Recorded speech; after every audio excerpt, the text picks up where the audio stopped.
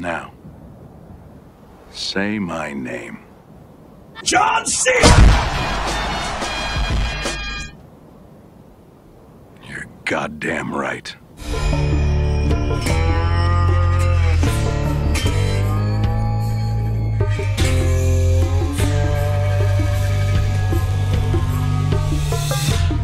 Hello, Internet!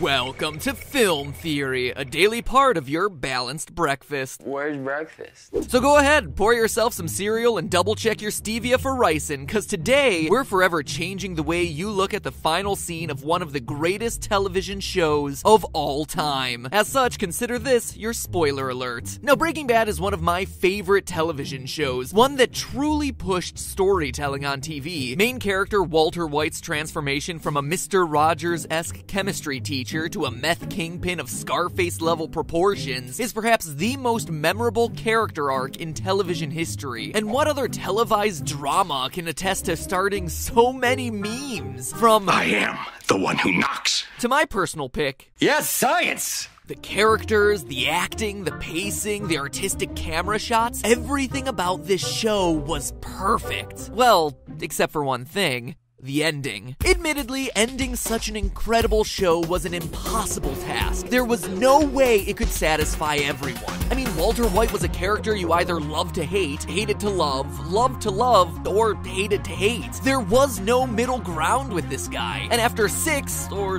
I guess 5.5, mind-blowing seasons, Breaking Bad ended with what a lot of people thought was a cop-out. After getting complete closure, apologizing to his wife Skyler, ensuring his children get the remainder of his drug money, killing off the rest of the bad guys, and rescuing his partner Jesse, Walt dies from a combination of a gunshot wound to the abdomen and his returning cancer, all while surrounded by his beloved meth-making equipment. In short, the problem a lot of people had with his ending is that Walt gets everything. He wins. There is no punishment or atonement for all of the awful things he does throughout the series. And let's be honest, he does a lot of awful things. Sure, you may say, oh, he dies, but he dies on his terms. It's a complete victory for Walter White. And that, understandably, frustrated people. But what if I told you there was more to the story? That Walt will face trial and punishment for his crimes. That the ending wasn't as cliched and clean-cut as we've all been assuming the last couple years. In short, are we really sure that the man known as Heisenberg is dead in that final shot? Because let me tell you, I've run the numbers, and he's not. I mean, yeah, he does get a gnarly stomach wound, collapses and lies motionless on the floor for about 20 seconds, as we hear some appropriate blue meth-inspired jams. But is that enough for us to hang our theorist coats up and accept that he's dead? Not a chance! You're goddamn right. Oh,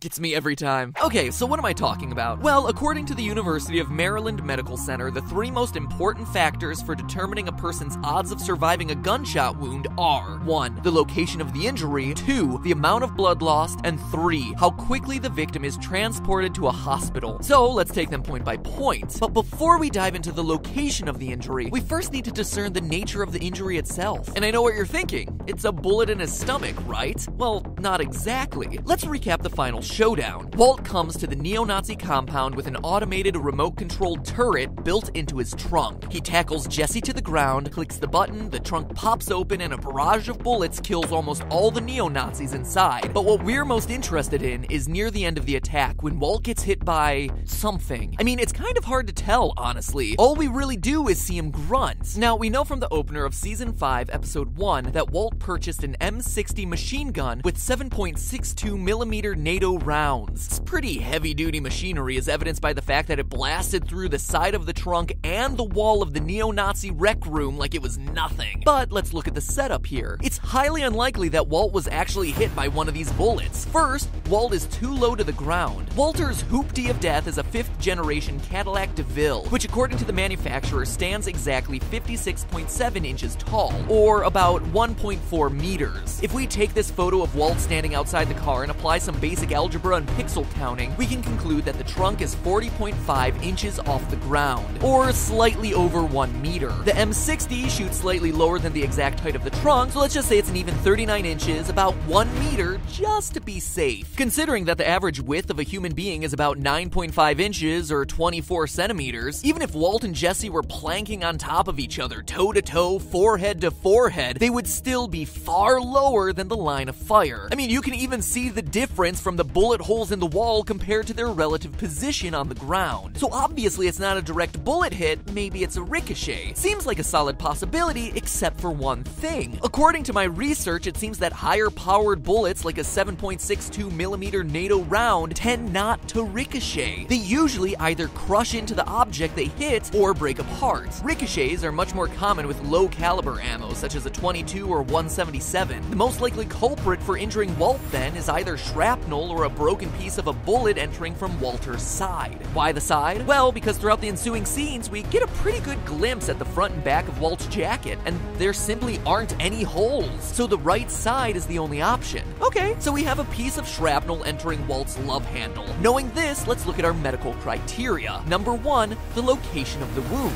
We never actually get to see the wound itself, only the blood stain on the lower right side of his shirt, which is such a shame because I really love that shirt on Walt. Given the radius of the blood stain, we can only make an educated guess as to where the entrance wound is. The biggest risk associated with a bullet wound to the abdomen is hitting either the lower aorta or some of the major blood vessels. If such was the case though, Walter would have keeled over and bled to death very quickly. But that's not what happens. Walter walks, talks, and even tells Lydia that he murdered her with relative grace for over 10 minutes. Now you could potentially write off a lot of Walt's mobility as shock, but even shock can't keep you alive for 10 minutes if a vital organ's been hit in your body. Now, given the location of blood on Walt's shirt, it's likely that the shrapnel got lodged somewhere in his large intestine. And believe it or not, this is actually good news. Quote, the main concern with gunshot wounds that involve the intestines or stomach is not bleeding, but infections that result from spillage of the contents of those organs. End quote. In other words, You're gonna wish you were dead,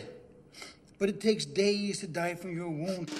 a study conducted by the medical journal The Annals of Surgery looked at victims of gunshot wounds to the abdomen over a period of 5 years between 1983 and 1987. The survival rate among victims that had no vital organs hit was an astounding 88.3%. That's incredibly high. And with medical technology having only gotten more advanced over the last 30 years, Walt would have a real chance at survival, which means we should move on to the second criteria, amount of blood lost. Now, blood loss is likely the factor that causes Walt to collapse onto the ground and stare blankly up at the ceiling. But the big question here is whether he died due to the blood loss or merely passed out. Well, let's take a look. Although we can't realistically measure the amount of blood that's dripped onto the ground or absorbed onto Walt's clothes, we can draw some encouraging conclusions due to the fact that there's no blood on the other side of his shirt, which means the bullet didn't go through him. Exit wounds leave a much bigger hole than entrance wounds, thereby leading the victim to bleed to death much faster. In other words, this fact buys Walt some valuable time. Now, one thing that I haven't brought up that I'm sure is on the tip of all your theorists' tongues is that Walt's lung cancer is back, thereby making his body more fragile and perhaps more sensitive to blood loss. But get ready to have your mind blown, because there's research to suggest the exact opposite, that his cancer would have increased his chances of survival. There's actually a significant amount of research that suggests that people with pancreatic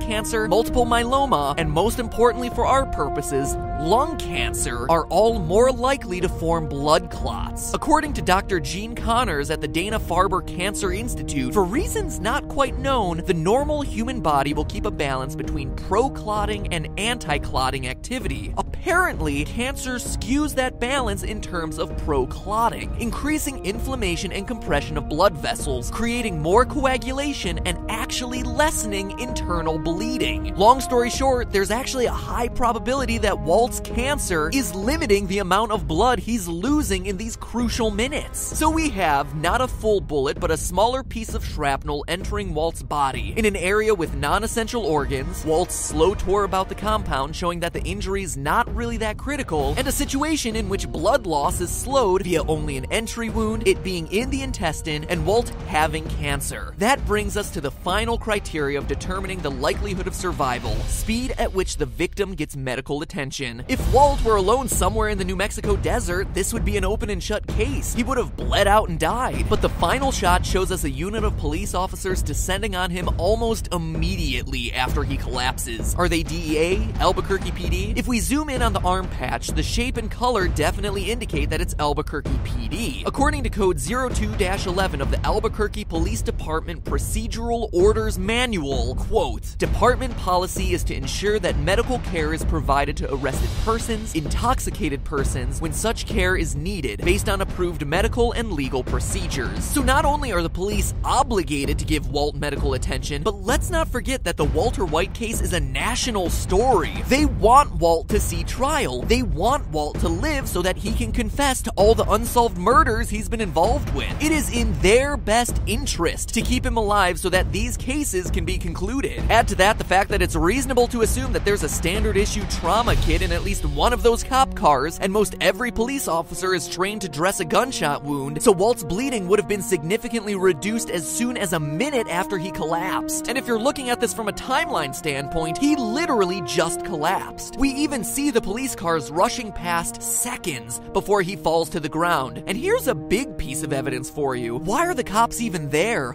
Who called them? The pile of dead neo-Nazis certainly didn't. Walt and Jesse didn't do it. The most likely case is that someone nearby heard the M60 gunshots and called the cops. What that tells us is that although we're never given a real location for Jack's neo-Nazi day camp, it means we're close to civilization. Based on the length of that last scene, it took 10 minutes for the cops to arrive at the location. That also means that there's likely a hospital in that vicinity. So looking at all the pieces of evidence, considering the wound didn't hit any vital organs, was a smaller piece of shrapnel, didn't leave an exit wound, that clotting was increased due to cancer, and that help was on the scene immediately after his collapse, and Walt got medical attention somewhere in the realm of 20 minutes from the time he was shot, there's a high probability that Walt survives this last scene of Breaking Bad. But you don't have to believe me or all the research I did, just trust the creators of the show. If you look really, really closely at that final moment, you see the officer reach out and check for Walt's pulse, and then the scene cuts out before we get his reaction. We don't actually see the results of that test. Think this was a coincidence?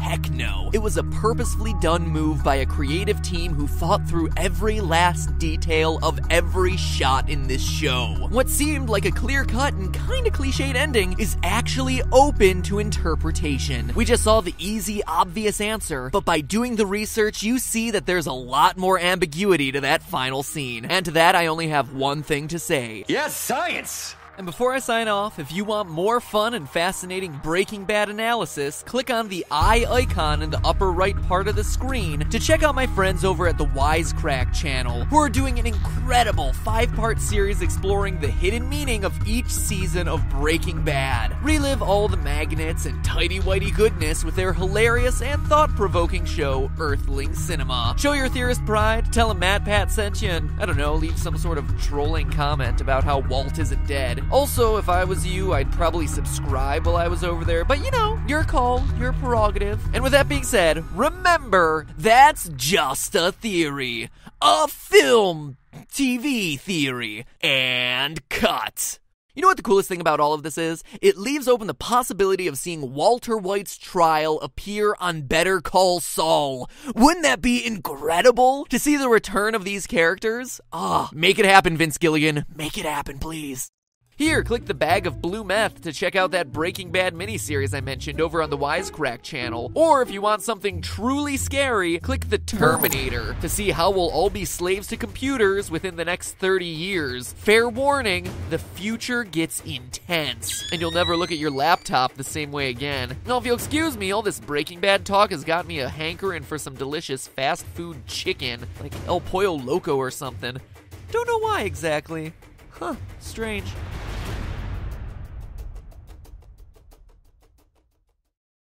you for ricin', cause today, we're forever changing the way you look at the final scene of one of the greatest television shows of all time. As such, consider this your spoiler alert. Now, Breaking Bad is one of my favorite television shows, one that truly pushed storytelling on TV. Main character...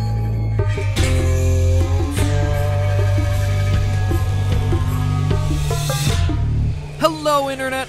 Welcome to Film Theory, a daily part of your balanced breakfast. Where's breakfast? So go ahead, pour yourself some cereal and double-check your Stevie... Now, say my name. John C. You're goddamn right.